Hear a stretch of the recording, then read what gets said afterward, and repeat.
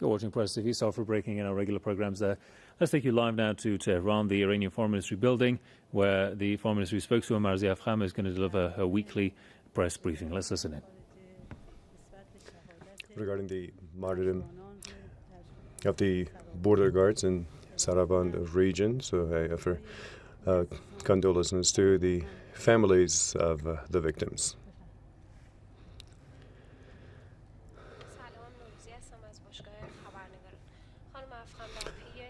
Well, in the wake of the Saravan terrorist operation and Dr. Zarif's emphasis for mobilizing the forces at the Foreign Ministry, could you tell us what measures you have taken so far and talks with Pakistan, where have they come to? There are also some reports regarding a flight to North America and Canada. Already we're talking about this direct flights, but I want to know what Foreign Minister's response is regarding this. Well, like you said, the terrorist incident, that was also a treacherous move. It was a source of regret, and the Foreign Ministry promptly summoned the Pakistani Chargé d'Affaires and handed over an official protest note to Pakistani officials. At the same time, the follow-up of the execution of a security agreement is placed on the agenda. The extradition of the perpetrators, we're pursuing that, and Pakistani officials have condemned the move.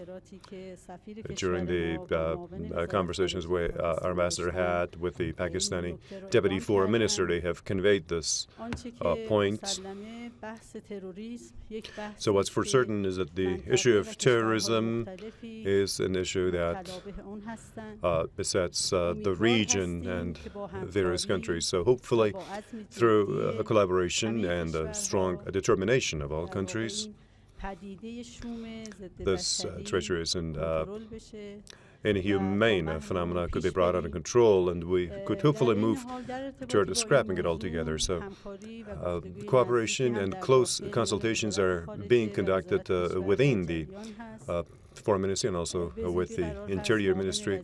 Soon the Deputy Interior Minister is to make a visit to Pakistan in order to follow up the case. So we want the perpetrators and terrorists to be identified, and hopefully the Pakistani government, through the follow-up activities, will move to identify them, arrest them, and also take action in terms of extraditing them as based on law, so that they would be able to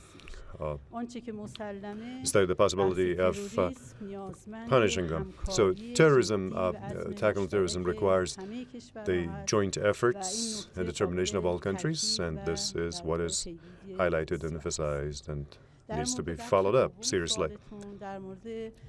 As for your second question regarding the establishing a direct flight to America, in the first press conference after the end of the President's visit to New York,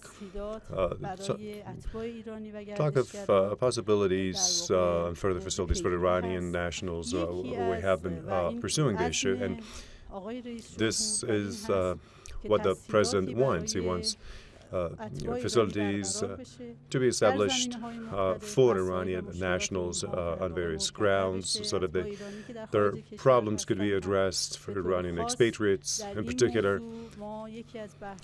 So one of the issues that was being discussed was the establishment of direct flight between Iran and the U.S., and this requires studying various aspects, technical aspects, and operational modes. So as long as these issues are discussed and we come to a conclusion, then hopefully this will be made possible to facilitate the frequenting of travel of citizens. Well, yesterday, Mr. Marzieh had talks with Mr. Romano, and afterward there was the Iran, the IAEA talks that started. I want to know what the assessment of the Iranian foreign minister regarding yesterday's talks.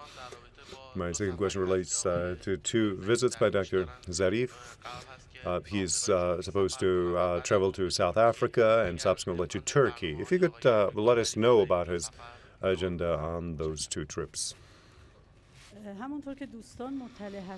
Well, as our friends are informed, the second round of negotiations between Iran and the IAEA during the 11th government started since yesterday in Vienna. Of course, this is the 12th round of talks between Iran and the International Atomic Energy Agency. In the past 2 years, the Islamic Republic of Iran has always stressed cooperation and has been trying to bring further transparency and remove ambiguities and respond to the questions raised. So in the new government, proportionate to the approach that we have adopted in our negotiations with P5+1, actually, based on the studies made, we required, and we still do require, that these talks and the new approach actually could see itself in interactions between Iran and the IAEA. So within the same framework, the visit of Mr. Marzieh to Vienna and his talks and meetings with Mr. Romano was arranged. So the Islamic Republic of Iran is hopeful that this novel approach will further boost and facilitate the cooperation between Iran and the IAEA. At the same time, would also respond to the ambiguities and questions, so would further bring about more forthcoming cooperation and positive interaction between Iran and the IAEA.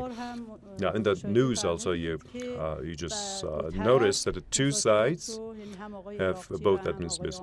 Marzieh and Mr. Romano, have both called the talks constructive, and at the same time, we do hope that on the basis of the proposals offered to the IAEA regarding the manner of continuation of the dialogue and removing of ambiguities, we're hopeful that we would come to the right conclusion. And today, at the end of the talks, the first signs of this new kind of interaction, hopefully we'll be witnessing it at the end of today's talks. Now, your second question dealt with Mr. Zarif's visit to South Africa. The 11th Joint Economic Commission of Iran and South Africa is going to be held in South Africa in the capital, Pretoria. Soon, today and tomorrow, expert groups related to political, economic, technical, and energy commissions. They will just already started their work and will continue tomorrow. Representatives of government organizations will pursue some expert-level talks. The results of the talks will be referred to the ministerial meeting that will be presided over by the foreign minister of both countries, and simultaneously with the 11th Economic Commission of Iran and South Africa, there will be this Trade and Commerce Assembly of Iran and South Africa, in which the representatives of the private sector of both countries will be participating in South Africa. Fortunately, there have been great and growing interaction and cooperation between Iran and South Africa on the basis of mutual agreements made by the two sides, and the agreements are made in Economic Cooperation Commission. So far, 80 documents have been signed by both countries, which requires cooperation on various fronts. They have all been defined, and they're being executed by the two countries. Hopefully, this round of talks will also further cement the mutual cooperation. Well, you also asked about another visit to be made by Dr. Zarif to Turkey. After wrapping up his South Africa visit on the basis of an invitation extended by Turkey's Bagwash Institute, extended to Dr. Zarif, he will be taking part in the Peace and Security Conference, International Peace and Security Conference by that Turkish institute. He will be addressing that meeting in Turkey after South Africa visit. At the same time, he will have on the sideline of that meeting, will have a meeting with a president, with a prime minister, and his own Turkish counterpart.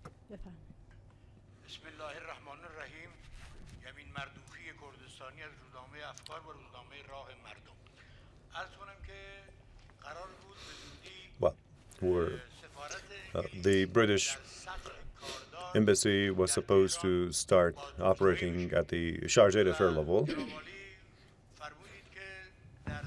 And you also said that it will be at the level of the non-residing Chargé d'Affaires level. I wanted to know what that concept means, if you could elaborate.